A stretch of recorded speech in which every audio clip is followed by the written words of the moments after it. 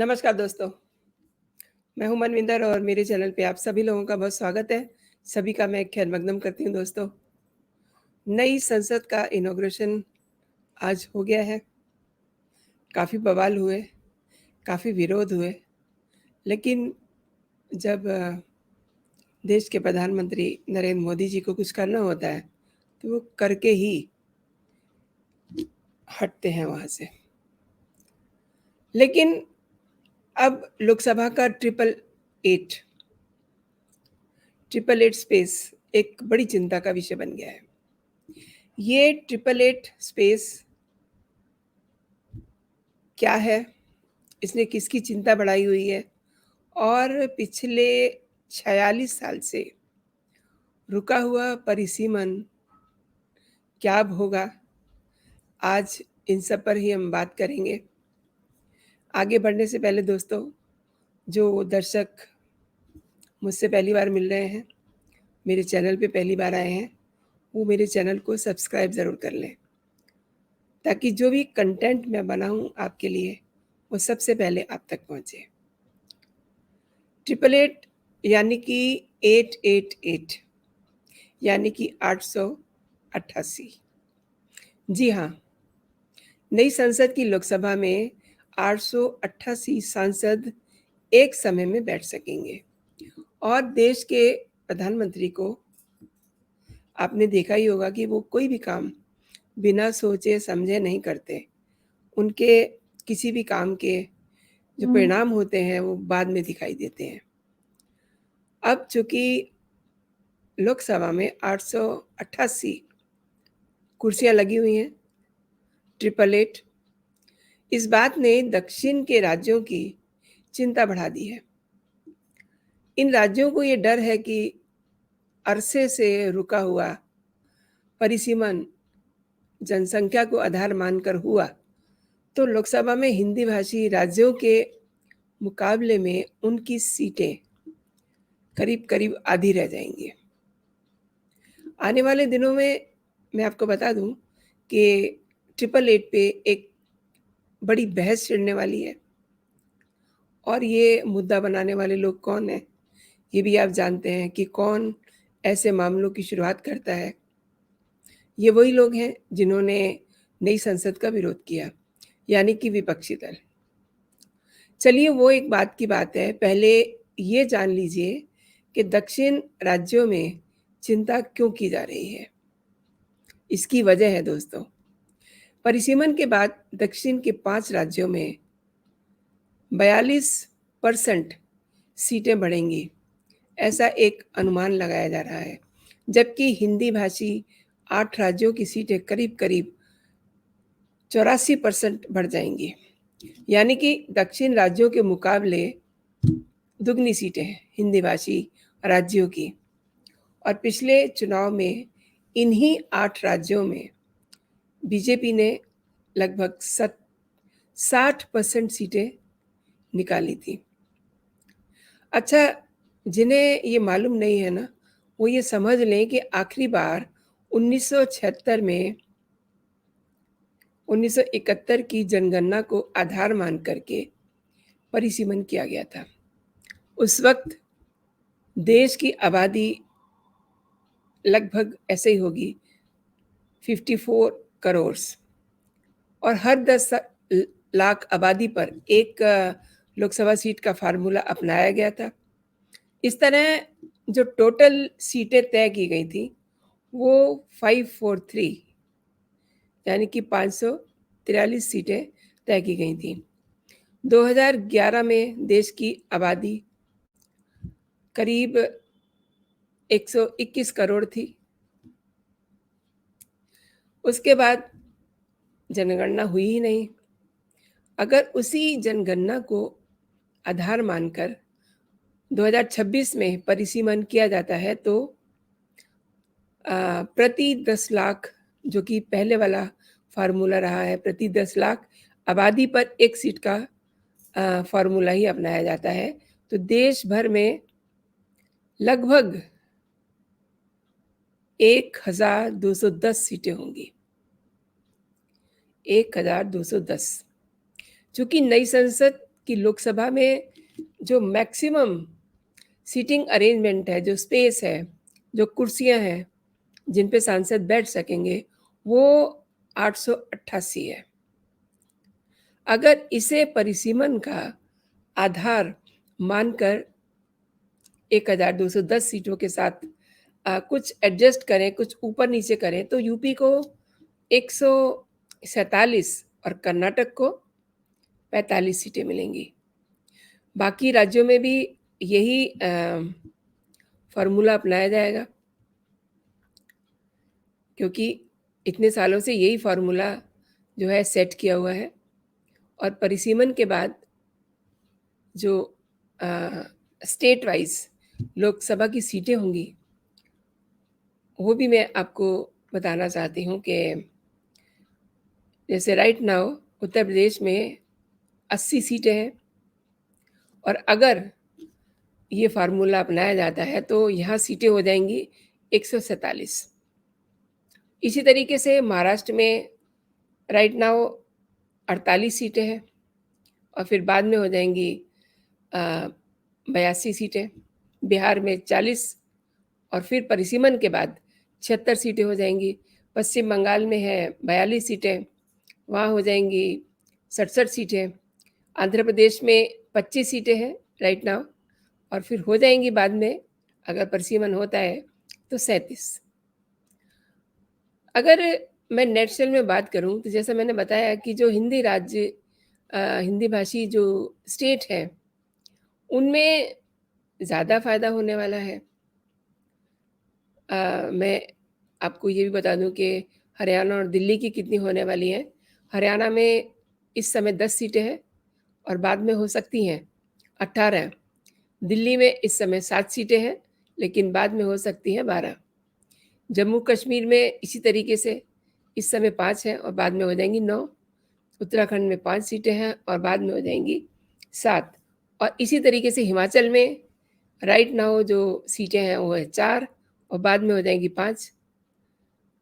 तो ये मेन जो वजह है ना, देखिए कुल जो सीटें हैं 543 है इस समय, लेकिन जिस तरीके से वहाँ नई लोकसभा में सीटिंग अरेंजमेंट किया गया है, सीटें हैं वहाँ पे 888, तो उस हिसाब से जो मैंने एक कैलकुलेशन आपके सामने रखा है, वो जो हिंदी भाषी स्टेट है वहाँ की स्थिति कुछ इसी तरीके की हो जाएगी। और आप जानना चाह रहे होंगे कि ये परिसीमन की बात आज क्यों हो रही है, क्योंकि अचानक से जब ये फिगर 888 की लोगों के सामने आई, तो ऑब्वियस सी बात है कि अब इस पे भी बात होगी, क्योंकि 1971 के बाद देश में 5 बार जनगणना हो चुकी है, और जो आखिरी जनगणना हुई थी 2011 में हुई थी, और 2021 वाली जनगणना अभी बाकी है होना। तब देश की आबादी करीब-करीब 121 करोड़ थी, यानी कि 1971 के मुकाबले 2.25 गुना ज़्यादा। लेकिन लोकसभा की सीटें नहीं बढ़ी। अब ऐसे में सवाल है कि 46 साल के बाद भी क्या हम उसी फ़ॉर्मूले पे टिके रहेंगे? क्यों? ये भी सोचने की बात है। और यहीं से ये अनुमान लगाया जा रहा है कि परिसीमन होगा। 2019 में भारत के उस समय के जो राष्ट्रपति थे प्रणब मुखर्जी, उन्होंने लोकसभा में 1000 सीटें करने की मांग की थी। आने वाले दिनों में भले ही इस पे कितने भी विवाद कर लें, लेकिन प्रणब मुखर्जी ने 1000 सीटों की मांग की थी, और आज नई संसद के उद्घाटन के बाद प्रधानमंत्री ने भी ये कहा कि आने वाले समय में लोकसभा की सीटें बढ़ेंगी। राज्यसभा के उपसभापति हरिवंश सिंह और बीजेपी राज्यसभा सांसद सुशील मोदी ने भी कुछ ऐसा ही इशारा किया, और ऐसे में ये सोचा जा सकता है, मतलब सोच ही रहे हैं लोग कि 2026 में परिसीमन किया जा सकता है। मैं आपको बताऊं कि 60 और 70 के दशक में सरकार ने जनसंख्या पे कंट्रोल करने के लिए काफ़ी मैसिव जो है जोर लगाया हुआ था।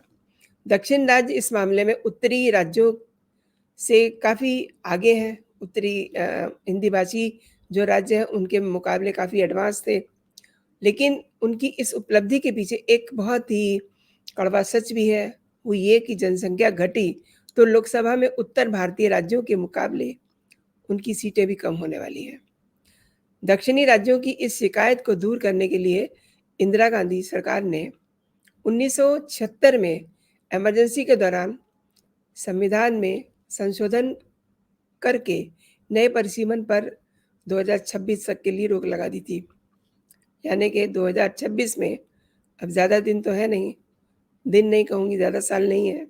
सरकार का ये मानना था कि 2026 तक सभी राज्यों में जनसंख्या बढ़ने की दर जो है, उसका जो लेवल है, वो एक जैसा हो जाएगा, लेकिन ऐसा हुआ नहीं।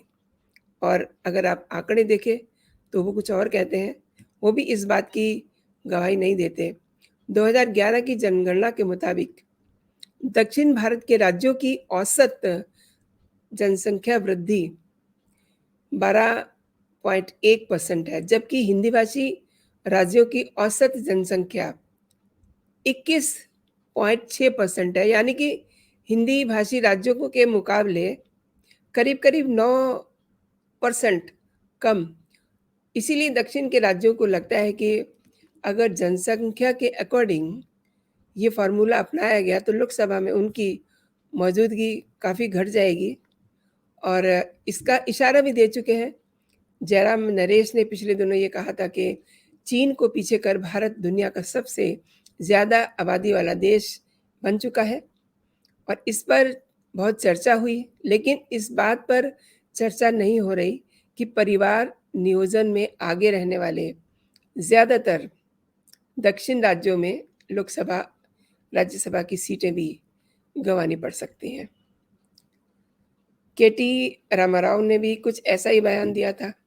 जनसंख्या नियंत्रण में दक्षिण के सभी राज्यों ने बेहतरीन काम किया है, और जो मैं सुन रहा हूँ, ये केटी रामाराव कह रहे हैं कि जो मैं सुन रहा हूँ, लगता है कि संसद में हमारी सीटें कम करके हमें इस काम के लिए दंडित किया जाएगा।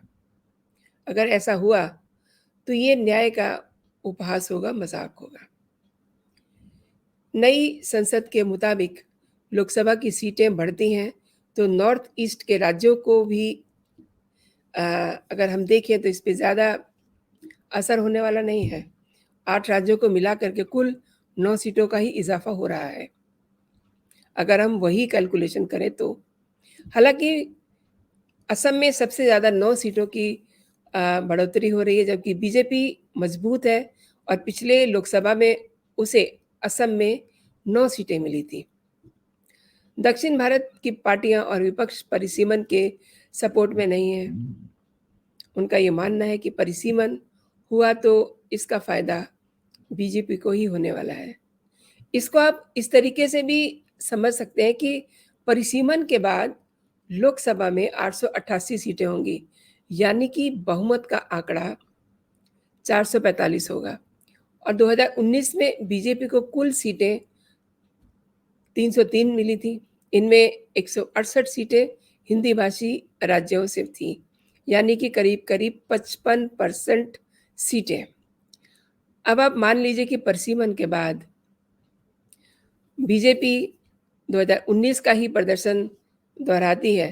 हालांकि स्थितियां बहुत बदल चुकी हैं, बहुत जगह पे बहुत अच्छा प्रदर्शन की उम्मीद भी है, लेकिन हम उसी प्रदर्शन को अगर मान के चलें तो उसे हिंदी भाषी बेल्ट में 309 यानी कि 309 सीटें मिलेंगी। यानी बहुमत के लिए ज़रूरी सीटों में करीब-करीब 70% सीटें बीजेपी इन 8 राज्यों से ही निकाल के ले जाएगी। और बीजेपी ने 2019 में गैर हिंदी राज्य गुजरात, महाराष्ट्र, पश्चिम बंगाल और कर्नाटक में बहुत अच्छा प्रदर्शन किया था।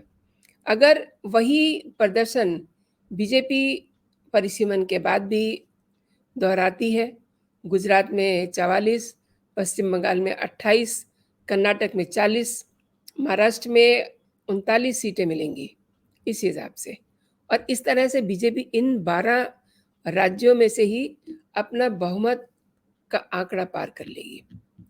अभी 2021 की जनगणना नहीं हुई है। सरकार परिसीमन से पहले जनगणना कराना चाहेगी। अगर 2021 की जनगणना नहीं होती, तो फिर 2011 की जनगणना को आधार मान करके परिसीमन करा सकती है। लेकिन इसमें भी एक पेच है। हमारे संविधान में आर्टिकल 81 में ये कहा गया है कि सदन में 550 से अधिक निर्वाचित सदस्य नहीं होंगे।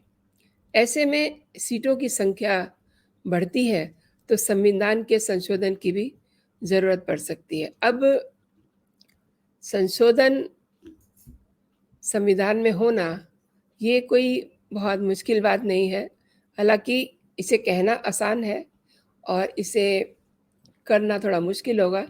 लेकिन जिस तरीके से नरेंद्र मोदी जी एक के बाद एक अपने किले फ़तेह करते जा रहे हैं, तो ऐसी कोई वजह नहीं है कि इस मामले को लेकर के संविधान में संशोधन करने में उन्हें कोई दिक्कत आ गई। तो दोस्तों, आज के लिए इतना ही। आपने मेरा वीडियो देखा, आपका बहुत धन्यवाद। और आप ऐसे ही अपना प्यार बनाए रखिए मेरे चैनल के प्रति, मेरे प्रति, मेरे कंटेंट के प्रति। और आप कुछ कहना चाहते हैं मेरे कंटेंट के बारे में, मेरे वीडियो के बारे में, तो आप मेरे कमेंट सेक्शन में अपनी बात रख सकते हैं। हो सकता है किन्हीं मुद्दों पे मैं गलत हूँ, आप उनको सुधार सकते हैं अपनी राय दे करके। फ़िलहाल इतना ही। आप अपना और अपनों का ख्याल रखिए, खुश रहिए, स्वस्थ रहिए। जय हिंद, जय भारत।